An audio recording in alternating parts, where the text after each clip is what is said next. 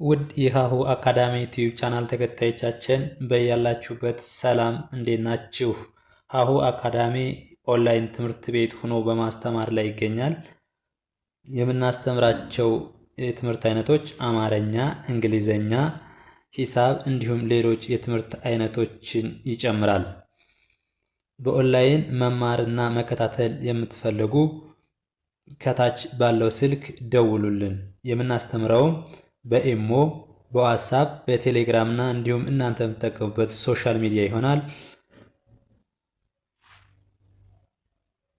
እሺ ውድ የቻናላችን ተከታታዮች እንዴት አላችሁ? በያላችሁበት ሰላማችሁ ይብዛያል። ዛሬ ደግሞ ይዘንላችሁ የመጣነ በመጀመሪያ ፊደሎች የቃላት ምስረታ ይሆናል ማለት ነው። ስታነቡ ወይም ደግሞ ቃላትን አገጣጥማችሁ ስትጽፉ በቀላሉ እንዴት መጻፍ እንዳለባችሁ የሚያሳያችሁ ቪዲዮ ይሆናል። አማርኛን አቀላጥፈን ማንበብ፣ መጻፍ፣ መናገር እንፈልጋለን ለምትሉ በኦንላይን ደውሉልን። ታች ባለው ስልክ በቴሌግራም፣ በኢሞ፣ በዋትስአፕ በማንኛውም ሶሻል ሚዲያ በአጭር ጊዜ መማር ማወቅ ትችላላችሁ ማለት ነው። ከዛ ውጭ ይህን ቪዲዮ ጀምራችሁ አትተውት፣ እስከ መጨረሻው ይዩት። እንዴት ቃላትን አገጣጥመን እንደምንጽፍ፣ እንዴት አገጣጥመን እንደምናነብ በዚህ እጥር ምጥን ባለ በትንሽ ፊደሎች ቅልል አድርገን እናያለን ማለት ነው። እሺ ይቺ ማናት? የአማርኛ የመጀመሪያ ፊደል ሀ ነች። እስቲ በሀ ቃላትን መስረት። እስቲ በሀ ቃላት ስንመሰርት ይቺ ማናት? ሀ፣ ይቺ ገ፣ ይቺ ር። እነዚህ ሀም ገም የመጀመሪያ ፊደል ናቸው ማለት ነው። ይቺ ር ምንላት ግን ከረቤት ስድስተኛ ፊደል ማለት ነው። ከረቤት ስንተኛ ፊደል? ስድስተኛ ፊደል። ስለዚህ ምን ብለን እናነባዋለን? ሀ ገር፣ ሀገር። ምን ብለን እናነባዋለን? ሀገር ብለን እናነባዋለን ማለት ነው። ሌላኛው ደግሞ ይቺ ማናት? ሀ፣ ይቺ ሳ። ከሰቤት የአራተኛ ፊደል ማን ብለን ነው የምንጠራት? ለምሳሌ እንዲሁ ስናነብ ሰ፣ ሱ፣ ሲ፣ ሳ ስንል አራተኛ ፊደል ሳ ብለን ነው የምናነባት። ከዚህም ያው ሳ ብለን ነው የምናነባት። ሳ። ይቺ ደግሞ ከበቤት ስንተኛ ፊደል? ስድስተኛ ፊደል ብ ብለን ነው የምናነባት። ይቺንም ለምሳሌ ቆጥረን ብናያት በ፣ ቡ፣ ቢ፣ ባ፣ ቤ፣ ብ ያው። ስለዚህ ሀ፣ ሳ፣ ብ። ከዚያ ከሚጠሩበት ድምፅ የተለየ ድምፅ እዚህ ጋር የለም ማለት ነው። ስለዚህ ምን ይላል? ሀ፣ ሳ፣ ብ፣ ሀሳብ ይላል ማለት ነው። ሀሳብ ይላል።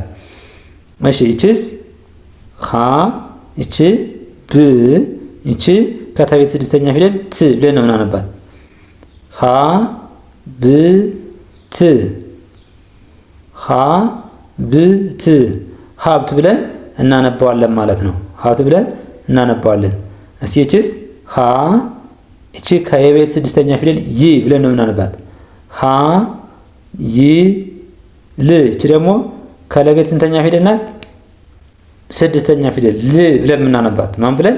ል ብለን። ስለዚህ ሀ፣ ይ፣ ል፣ ኃይል ብለን እናነባዋለን። ኃይል ብለን እናነባዋለን። ይቺስ? ሀ፣ ይቺ ብ፣ ይቺ ታ ከተቤት አራተኛ ፊደል ማለት ነው። ታ። ይቺ ሙ በአንድ ላይ ሀ፣ ብ፣ ታ፣ ሙ ሀብታሙ። ስናነበው በአንድ ላይ ምን ይላል? ፍጥን ብለን ሀብታሙ፣ ሀብታሙ። እሺ ይቺስ? ሀ፣ ይቺ ብ፣ ይቺ ል። በአንድ ላይ ስናነበው ምን ይሆናል? ይሄ ሀ፣ ብ፣ ል፣ ሀብል። ምን ይሆናል? ሀብል። እስከዚህ ድረስ ያየናቸው በሀ የመሰረትናቸው ቃሎች ናቸው። ስናነበው ፍጥነት ስናነበው ሌላ ስለሚመስለን እንጂ ምንም የተለየ ነገር የለም። ከመጀመሪያው ከምንጠራው ድምፅ የተለየ ነገር የለውም። ሀገር፣ ሀሳብ፣ ሀብት፣ ኃይል፣ ሀብታሙ፣ ሀብል። ልክ ይኸው ፈጥነን ስናነበው ሌላ ይመስላል፣ ግን ረጋ ብለን ስናነበው ግን ከዛው ከመጀመሪያ ፊደሎች ስንቆጥር ያነበብነው ድምፅ ወይም ደግሞ ስም ነው ያለ ማለት ነው። እቺ ደግሞ ለ ነች። ለ። በለ ቃላት ስንመሰርት እቺ ማናት? ለ። እቺ ማ። እቺ ከመቤት አራተኛ ፊደል ማን ብለን እናነባታለን? ማ። መ፣ ሙ፣ ሚ፣ ማ። ይኸው አራተኛዋን ማ ብለን ነው የምናነባት። ስለዚህ እዚህ ጋር በአንድ ስናነበው ለማ፣ ለማ ብለን እናነባዋለን። ለማ ብለን እናነባዋለን ማለት ነው። ይሄኛውስ እቺ ለ እቺ ም ከመቤት ስድስተኛ ፊደል ም ብለን እናነባት ለ ም ለ ም ሁለቶችም ራሳቸውን የደጋገሙ እንጂ ተመሳሳይ ናቸው ማለት ነው። ምን ይሆናል? ለ ም ለ ም ለምለም ምን ይሆናል? ለምለም። እሺ እቺስ ለ እቺ ገ እቺ ሰ በአንድ ላይ ምን ይሆናል? ለ ገ ሰ ለገሰ ወይም ደግሞ ሰጠ የሚል ትርጉም ያለው ቃላት ለ ገ ሰ በአንድ ላይ ለገሰ ብለን እናነባዋለን። ምን ብለን እናነባዋለን? ለገሰ ብለን እናነባዋለን። እቺስ ለ እቺ ጠ እቺ ፈ በአንድ ላይ ለጠፈ ለጠፈ ለጠፈ ብለን እናነባዋለን። እቺስ ለ እቺ ማ እቺ ዳ በአንድ ላይ ምን ይሆናል? ለማዳ ለማዳ ብለን እናነባዋለን። ለማዳ። እስቲ ይችን ሁሎችም የመጀመሪያ ፊደል ናቸው። አንዲቱ ራሷን ደግማለች ማለት ነው። እስኪ ስናነባው ምን ይሆናል? ለ እቺ ቀ እቺ ቀ በአንድ ላይ ስናነባቸው ለቀቀ ምን ይሆናል? ለቀቀ ለቀቀ ይሆናል ማለት ነው። ለቀቀ። እሺ እቺስ እቺ ደግሞ መ ነች። የመ የመጀመሪያ ፊደል መ ብለን የምንጠራት በመ ቃል ስንመሰርት መ እቺ ለ እቺ ስ በአንድ ላይ ምን ይሆናል? መ ለ ስ መለስ ሚል የሰው ስም ይሰጠናል። መለስ መለስ። እሺ እቺስ መ እቺ ኮ እቺ ነ እቺ ን በአንድ ላይ ስናነበው መኮነን ምን ይሆናል? መኮነን ይሆናል ማለት ነው። መኮነን። እሺ እቺስ መ እቺ ቀ እቺ በ እቺ ል ከለቤት ስድስተኛ ፊደል ማን ልናነባታለን? ል በአንድ ላይ ስናነባው መቀበል መቀበል ምን ይሆናል? መቀበል መቀበል የሚል ትርጉም ይሰጠናል ማለት ነው። እሺ እቺስ መ እቺ ሰ እቺ ላ እቺ ል እስቲ በአንድ ላይ ስናነበው መሰላል መሰላል መሰላል። እሺ እቺስ መ እቺ ቀ እቺ ስ እስቲ መ ቀ ስ ሁሎችም የመጀመሪያ ፊደል ናቸው።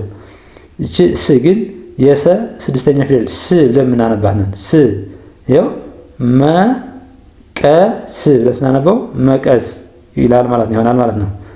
እቺስ መ እቺ ሄ ከሀቤት አምስተኛ ፊደል ሄ እቺ ድ በአንድ ላይ መ ሄ ድ ምን ይሆናል?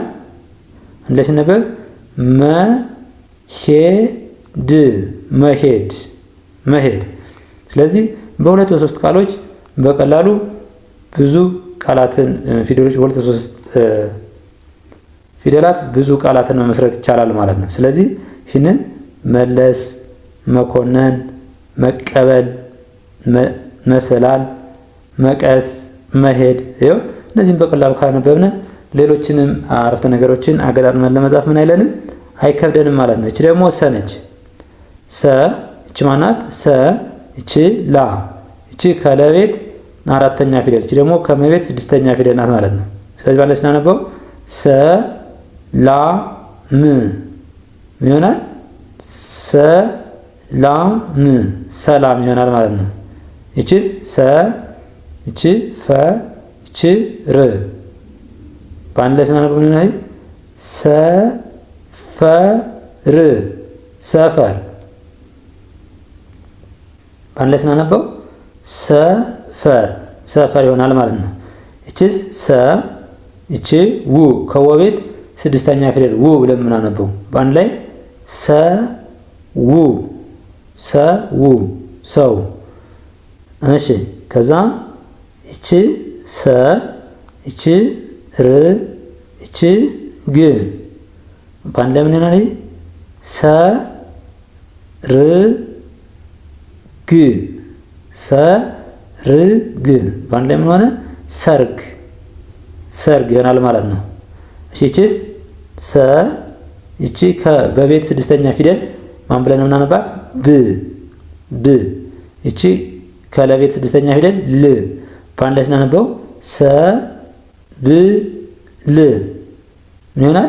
ሰብል ሰብል ይሆናል ማለት ነው።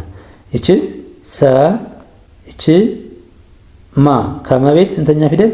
አራተኛ ፊደል በአንድ ላይ ስናነበው ምን ይሆናል ማለት ነው? ሰማ ሰማ ይሆናል ማለት ነው። ስለዚህ እንደዚህ እያደረግን በቀላሉ ማንበብ መጻፍ ወይም ደግሞ መለማመድ እንችላለን ማለት ነው። ፊደሎችን ለማንበብ አብዛኞቻችሁ የምትቸገሩት ወይም ደግሞ አገጣጥማችሁ ማንበብ የምትቸገሩት ትልቁ ምክንያት ከዚህ ላይ አገጣጥማችሁ ስትጠሩት ሌላ ትርጉም ወይም ደግሞ ሌላ ድምፅ እንዳለው አድርጋችሁ ስለምታስቡት ነው እንጂ ከዛ ከመጀመሪያው ላይ ፊደሎችን ስታነቡ በምታነቡበት ድምፅ ከዚህ ላይ ብትጠሩት ማታነቡበት አንዳችን መንገድ የለም ማለት ነው።